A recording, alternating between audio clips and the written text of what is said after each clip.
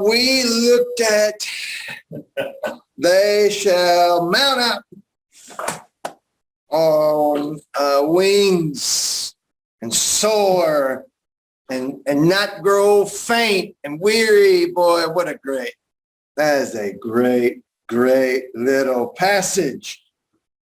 And we sing songs, many songs actually, that come out of that reflection. It's just a very positive, build you up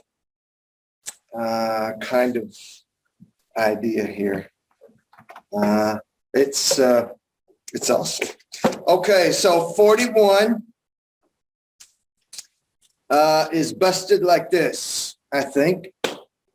I think about the first 7 verses or so kind of go with the end of the chapter.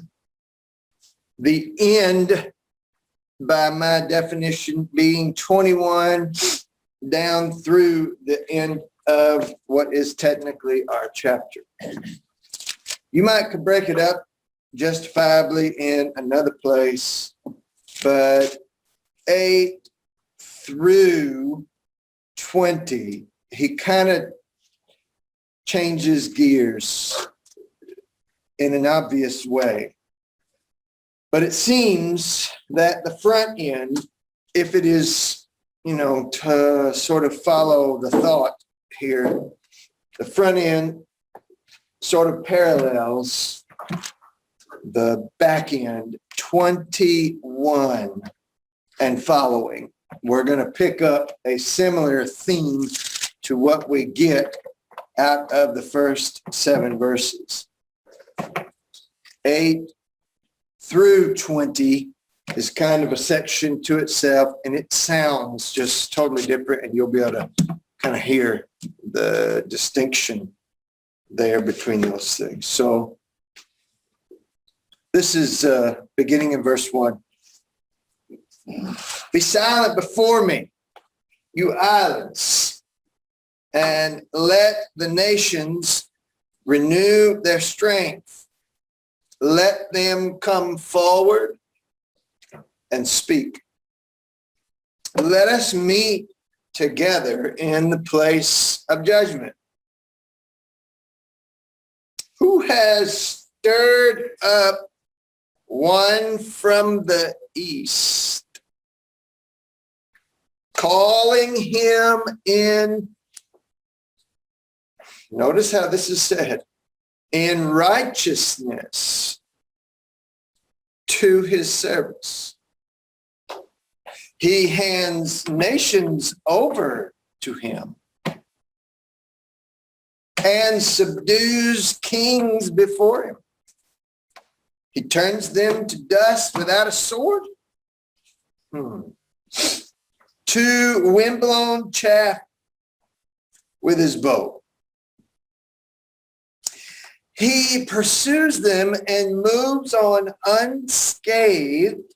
Notice this little intricacy. On a path his feet have never traveled before. Who has done this and carried it through, calling forth generations from the beginning? I, the Lord, with the first of them and with the last of them, I am he. The islands have seen it in fear. The ends of the earth tremble. This is verse 5. They approach and come forward. They help each other and say to their companions, be strong. The metalworker encourages the goldsmith, and the one who smooths with the hammer spurs on the one who strikes the anvil. One who says of the welding, it's good, it's good. The other nails down the idol so that it won't topple. Well. Okay. Now, there's going to be a challenge to the idea of idolatry. And the way that God is going to challenge, there are other places, and we've already seen them, where, God uses things about his creation that challenge the notion and the practice of idolatry. Because my hand has made these things. I made these. I formed these things. Well, these idols didn't do that. Well, here he is putting a specific thing to bring to their attention. And one of the specific things that God is bringing to their attention is this predictive ability. All right, so let's go back here. Verse 2, who has stirred up one from the east? All right, well, who's the answer to that? Let's answer that first. Wait. Who is the who first? Let's do who is the who first. Who is the who that's talking? Let's identify that first. It's verse 4, I, the Lord. Draw a line. When you see that, that's how the question begins. It begins with who? Who is doing this? That's his question. Now we'll deal with who is doing about in just a second, but that's a different question. The who of verse 2 at the beginning, draw a line to verse 4.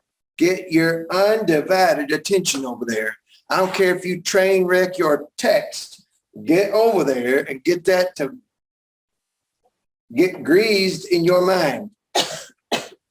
I, the Lord. That's who the who is. So when we read this, we need to read it with that explanation. The Lord, then, verse 2. Has stirred up one from the east,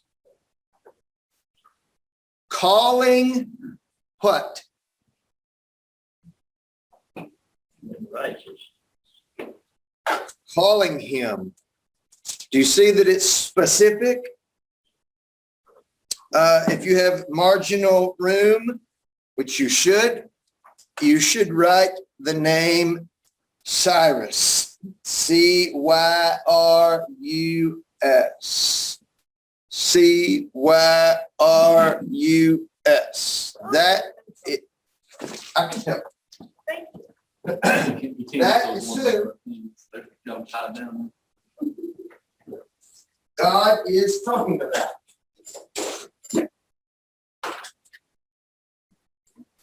Hey, never mind. There's some over here.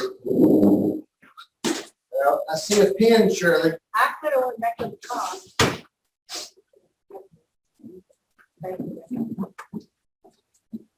Okay. Here's the pen too that works. Yes. Cyrus is the one that is being named. Now, if you also have marginal room, put this internal note. That means within your text, so all you need is the number. 45:13. That's the chapter and the verse that needs to go by verse 2. 45 and 13. Then we're going to look at that. And it's important that you see that this is what God is doing. 45 and 13. This is God who is speaking. We will cover this context, but I just want you to know that this is who it is and this is who he's talking about. The who that God is the first who, but who is he talking about is Cyrus. I will raise up, watch how specific this is.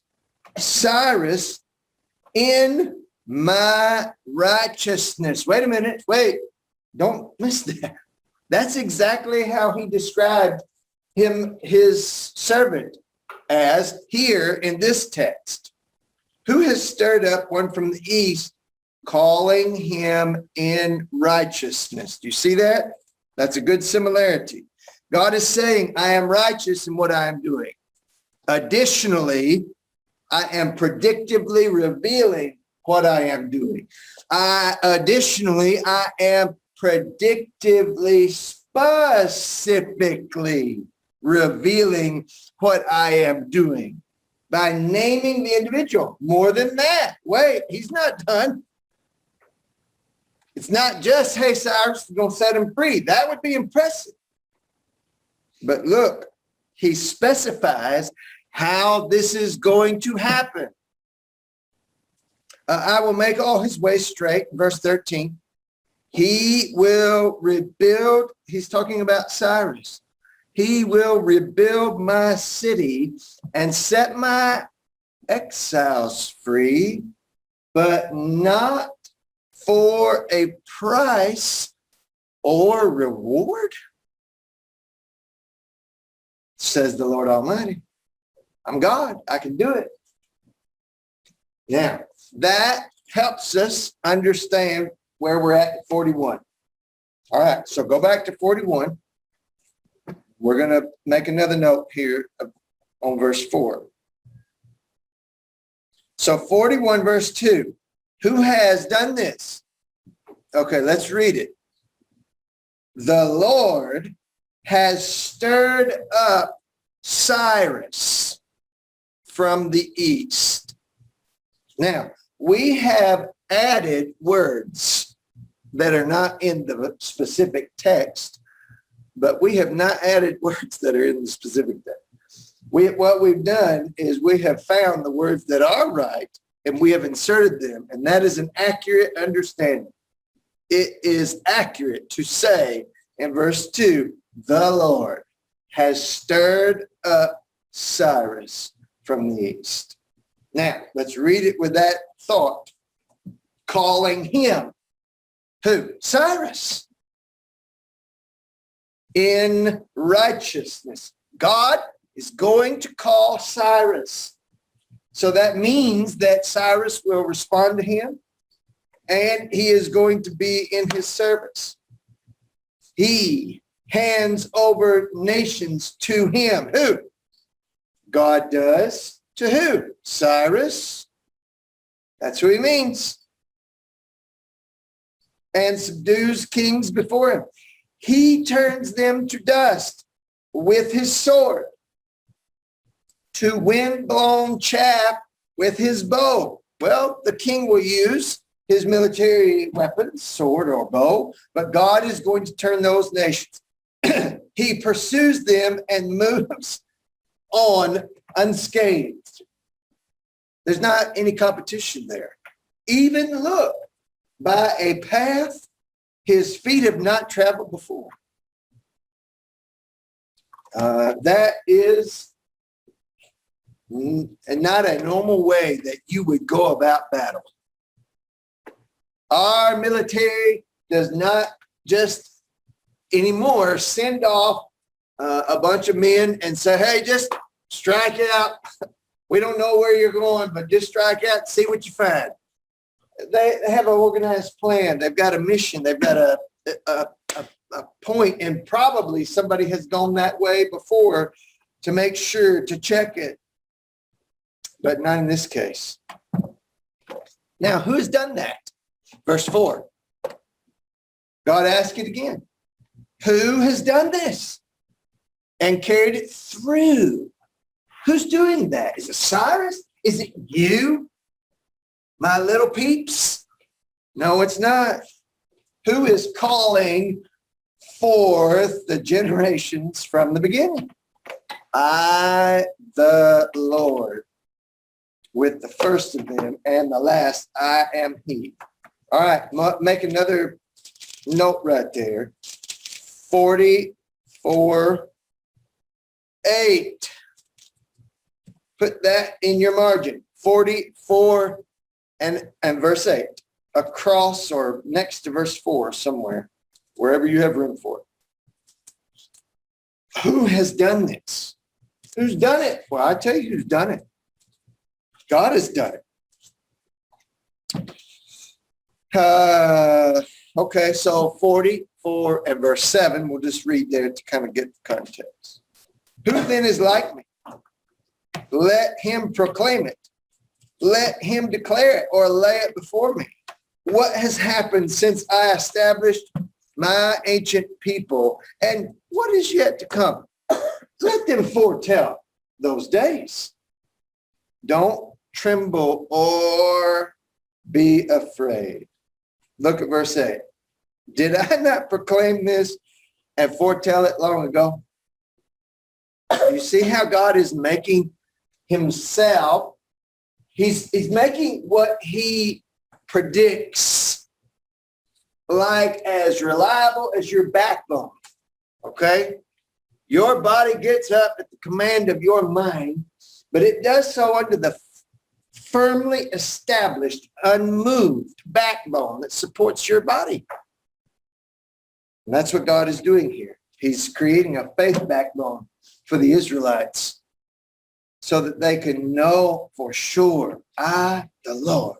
That's who's doing that. So the islands see it. Maybe a little reference here to the Gentiles, and they fear. The ends of the earth tremble. They approach and come forward. They help each other and say to their companions, I mean, the language, even if it's figurative, the islands approach God and come forward, okay? So just put that kind of symbolically in your mind. That's the position that God is in, that he could do that with us.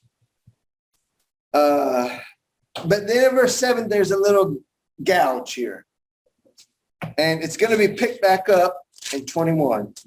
But this is definitely a gouge. The metal worker encourages the goldsmith. Now, this might also be a little shot at them, okay?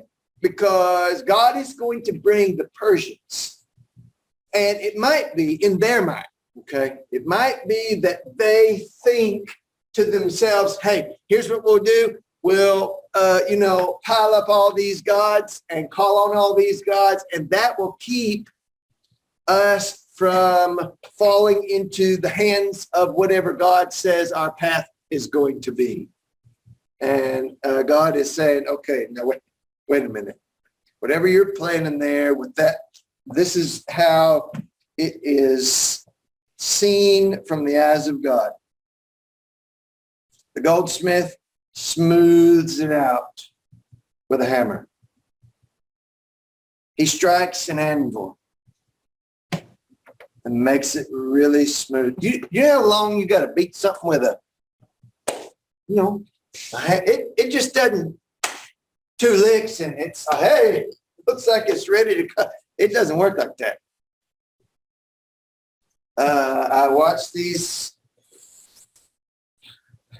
pitiful monks, and I don't remember what country it was.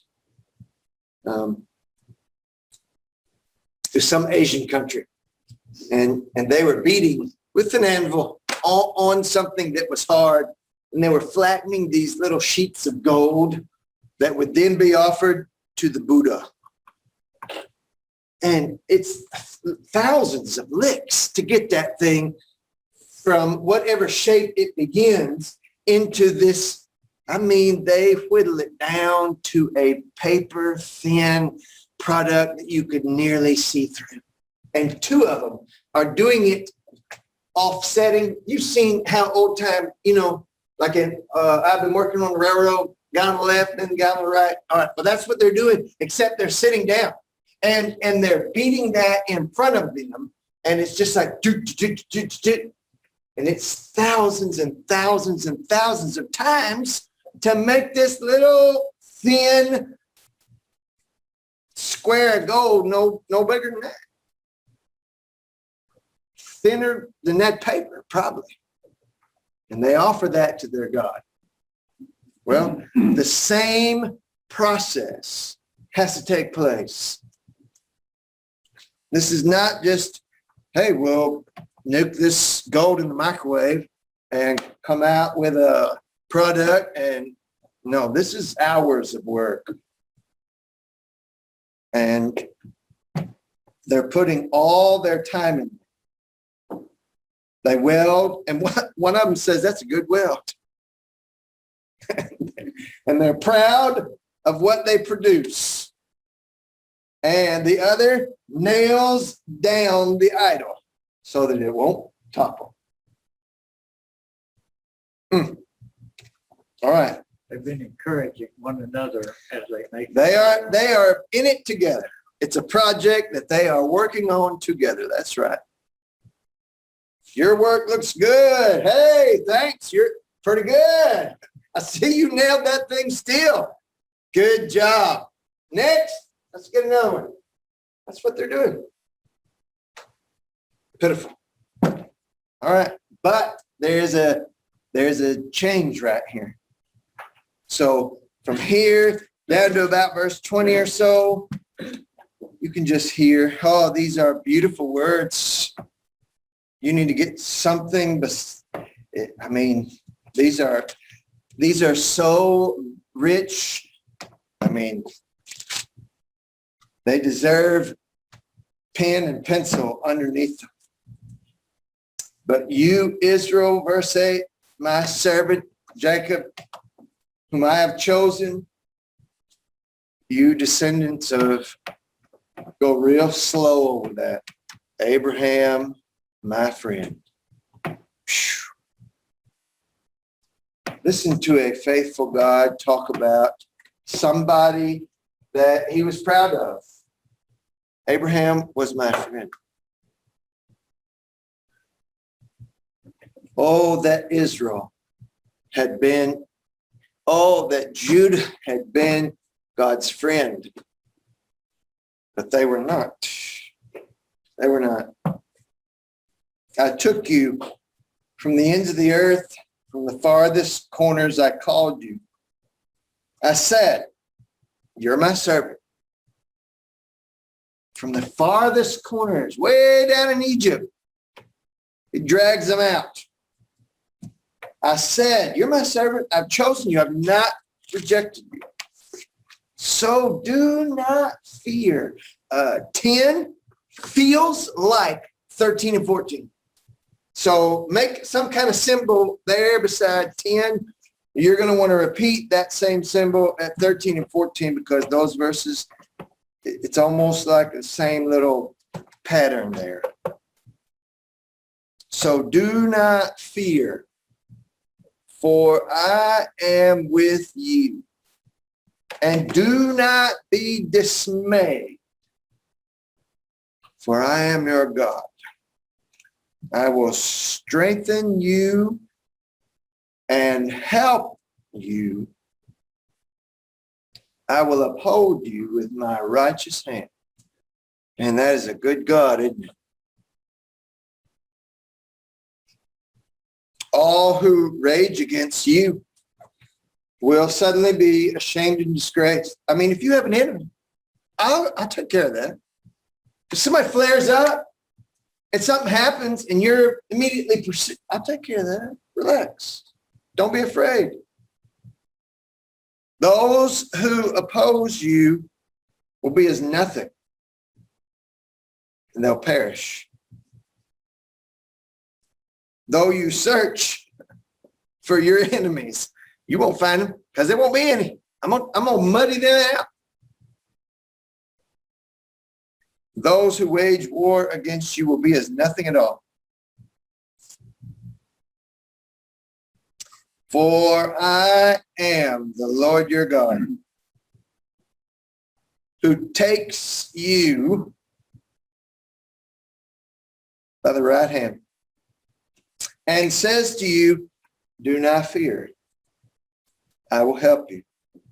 Do not be afraid. What's your version say there? Do not be afraid, you worm. You worm. Wow. It's a little humbling, huh? But yet there is still this I mean, you can't pass by the tenderness of God here. Don't worry. I'm going to take care of you. Don't worry. I know you can't take care of yourself. You ever put a worm on a hook, Frank? How many of them have pled their case and caused you to submit to them? Not one. It's a creature of little strength. It's a creature that really is, when the rain comes and that thing comes to the top, I mean, what can he do, really? I love the robin, but the robin is also a murderer of a little worm. They're helpless. They're defenseless. That's what they were. But God is wanting them to trust him. Don't be afraid. Jacob, little Israel. Do you see that? Oh, my little Israel. He put him in his place when he called him a worm. It's humbling. And that's it. Each one of us. Which one of us is not a worm?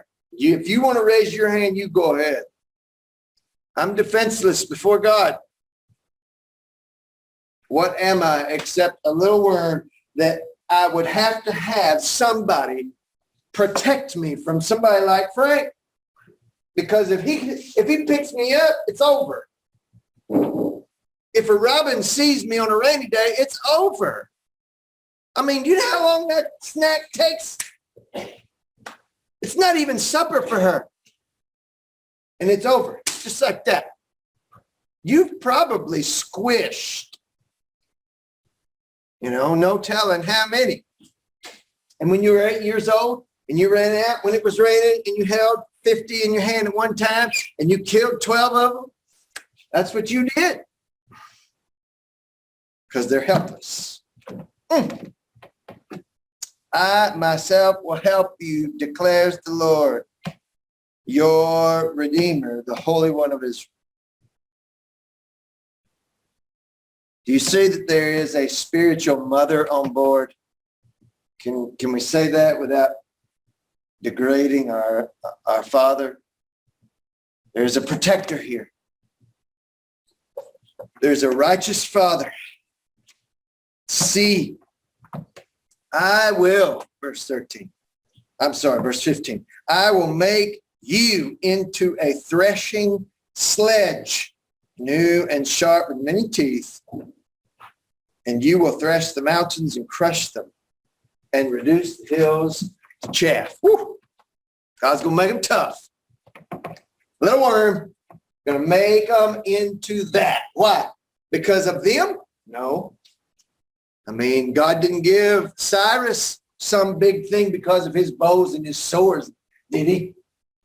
Cyrus may have used bows and sword, but God gave Cyrus victory because God gave Cyrus victory, because he decided it. Now, even a little worm can become a threshing sledge in God's hand. You bet. You will winnow them, verse 16. The wind will pick them up. Those who rage against you, verse 11. That's who we're talking about. And a gale will blow them away. God will just remove them. But you, look, you little protected worm. That's a better way to say it. You little special worm. You little, here, wait, one more. Pet worm. That's what God is doing. He's protecting. Go ahead, Frank. And over there where he called Abraham a friend, a friend is, if it's, you break it down, it's even closer than a brother. That's right. That's why God is so protective. He wants them to see. God wants his people to see him as Abraham saw him. God saw him as a friend. We cut our hay, if we run a break them all up in the windrow. Before you don't storm it down, we have to break them all over again. Yeah. Because when it's cut like that and the wind comes in, they're going to blow where they want. You don't have. That's right. You don't have control over that until you tie them up. But when they're cut and turned out, a gale can blow and move that pile wherever it wants. But you will rejoice. Look at this terminology. You'll rejoice in the Lord. And glory in.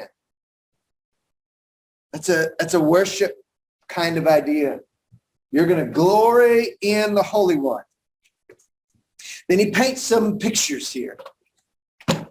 The poor and needy search for water, but there is none. Their tongues are parched with thirst. Well, you can imagine that scene. But I, the Lord, will answer them. You see how he's coming? See how he's protecting? A worm's got to have water, or else it's going to dry up. But God says, I, the God of Israel, at the end of verse 17, look, I, the God of Israel, I'm not going to forsake them. I know they're a worm.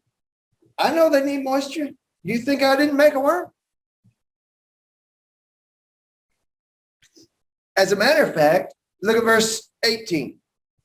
I will make rivers flow on what?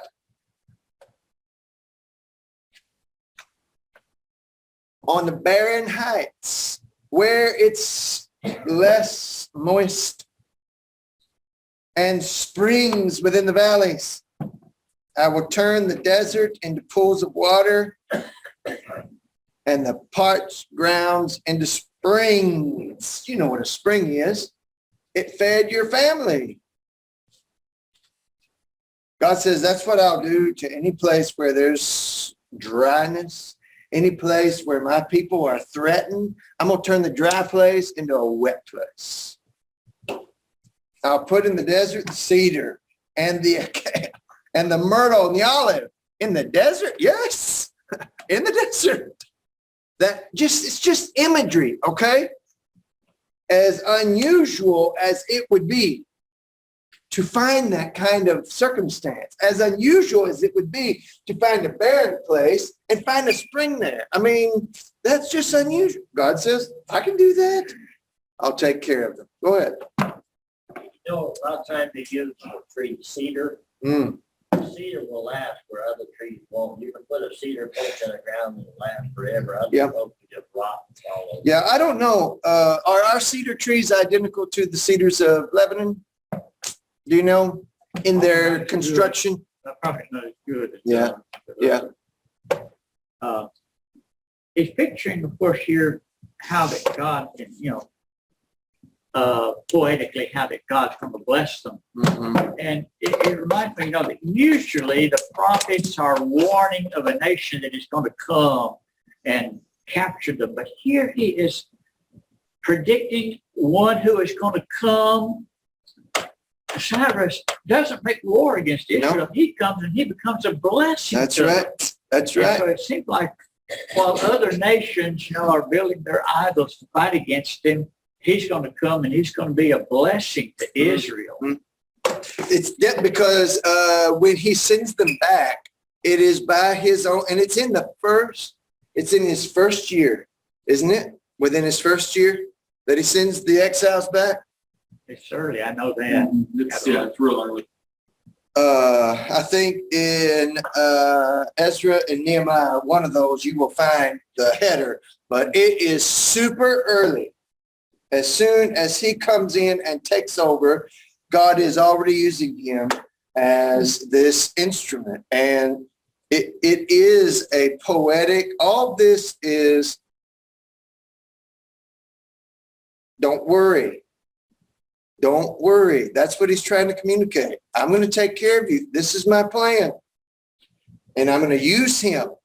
And that's why we've looked ahead at these other places to try and identify, and why we were looking at 45 to Wendell's point, where the text said that he would set my exiles free, not for price or reward. It's first year. First year. So it's not because he's being bartered into a circumstance or pressured, or because if he does, some government down the road is going to, give him some kickbacks or some tax relief or some soldiers in return.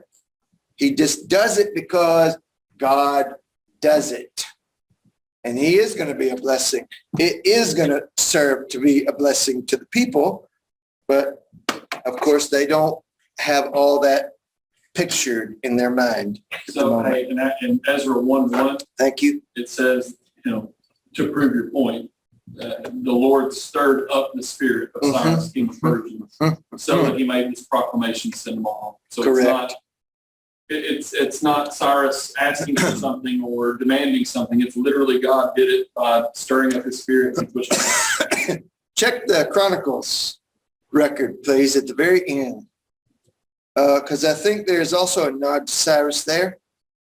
36:22, in the first year of Cyrus, king of Persia, that the word of the Lord by the mouth of Jeremiah might be fulfilled.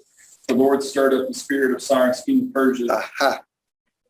so that he made the proclamation. It's just a shorter version of what's written. Okay, so at the end of the Chronicles, it's Yeah, so- 36. 36. He also checks on the development 2-3 times. He sends. That's right. That's right. That's right. And he protects the people. Yeah. Yeah. The account of Ezra and Nehemiah and Esther, those, man, that's just, that's really a cool place to find that.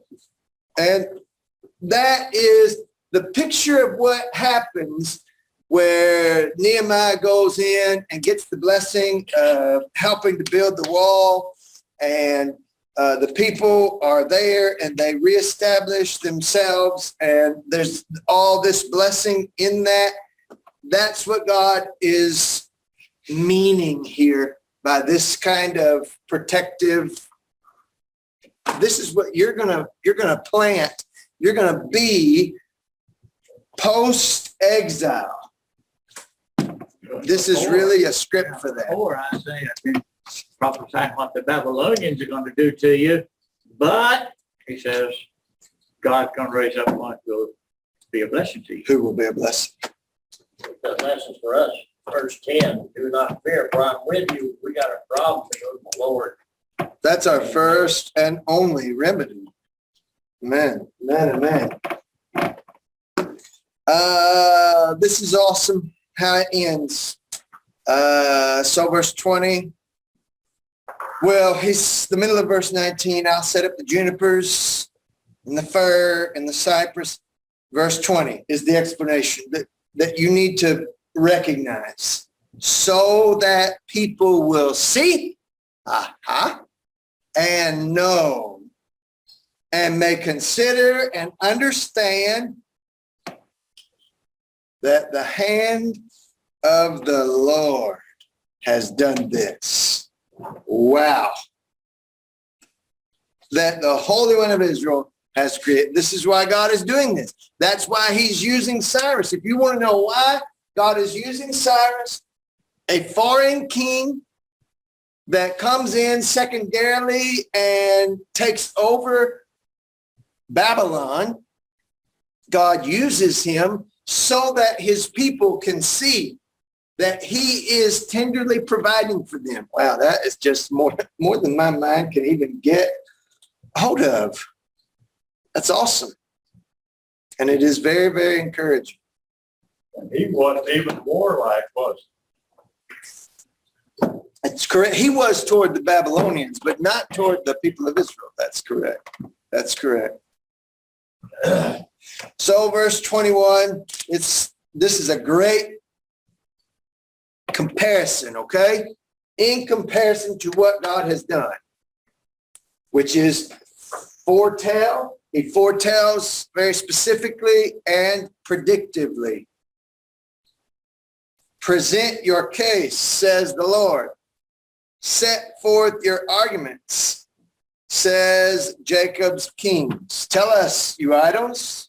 Tell us what's going to happen. Do you see the challenge? Tell us what the former things were so that we can consider them now. Can you do that? Or do this. Declare to us the things that are to come. Can you do that?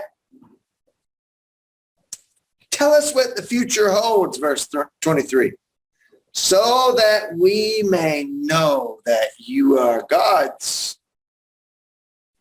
Do you see that God is saying in a challenging way to an idol, if you cannot tell what is to come, then you're not a God. Now, God just did this. I tell things to come, and they come. I'm the God. Do you see what he's doing? Tell us what the future holds. Go ahead. But how many years ahead is out there telling this going to come? See? Well, we're 100 years. Yeah, this would be, about 700, and that happens about 535. Right. 150. 150. 70 years ahead, isn't it? Yep. So you've got all of the exile and then the immediate return. But God is putting that forward, and he is saying, I'm telling you now, at the end of verse 20, the reason I'm telling you this is so that when it happens, you'll know that it was me. And you'll know that I'm God. Now, which of your idols? Bring them forward. Name them. We'll have a small group. We'll have an individual. We'll have a collection. However you like it. Bring them forward, the ones that can tell you something that is to come. Do something. Look at the middle of verse 23. Do something, whether good or bad, that we may be dismayed. Do you hear God? And filled with fear. But you are less than nothing. Your works are utterly worthless. Whoever chooses you is detestable. Ooh. Then he comes back and he ends with this same force that he has had at the beginning or the middle of this. I have stirred up one from the north. And he comes. Do you see that? I've stirred him up and he comes. One from the rising sun who calls on my name. He treads on rulers as if they were mortar, as if he were a potter treading the clay. Who told him to do this? From the beginning, notice this. It's the same spirit as verse 20. So we could know, or beforehand. So we could say, yep, he was right. Who told? Who told? God did. No one told you of this. No one foretold it. No one heard any of these words from you. You're not the source of this, none of your idols, not the collection of them. Verse 27, I was, you see, I was the first to tell Zion. I told you, I'm letting you know so that you can know that I'm God.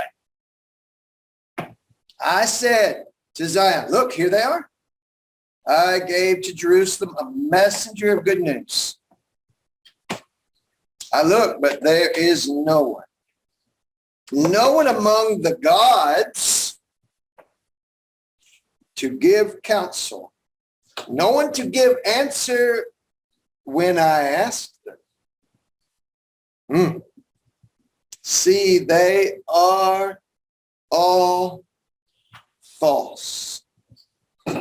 Their deeds amount to nothing.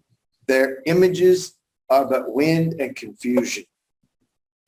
Do you know what our community would say to that end right there in verse 29? See, they are all false. Our country right now is in bed with the idea that there is no absolute truth. And it is obscene for God to say that all of the gods are false. That's what challenge would be rendered to God today. God boldly says it because it's true. 42 next week. Thanks, everybody. Yeah, I guess that's the whole purpose of this 41 is Yeah. to show to them that God is true. And if 41 is correctly understood, I've said it and I bring it to pass, that means I'm God. Well, in 42, he is going to say, I'm going to bring my servant. And he says it and he does it, which makes him God. Thanks. We'll talk about it next week. Very good. Very Great to see everybody. Drink more coffee. You know, the interesting thing, even though he doesn't mention the Israelites at all. Sure. Cyrus. Well, nobody's saying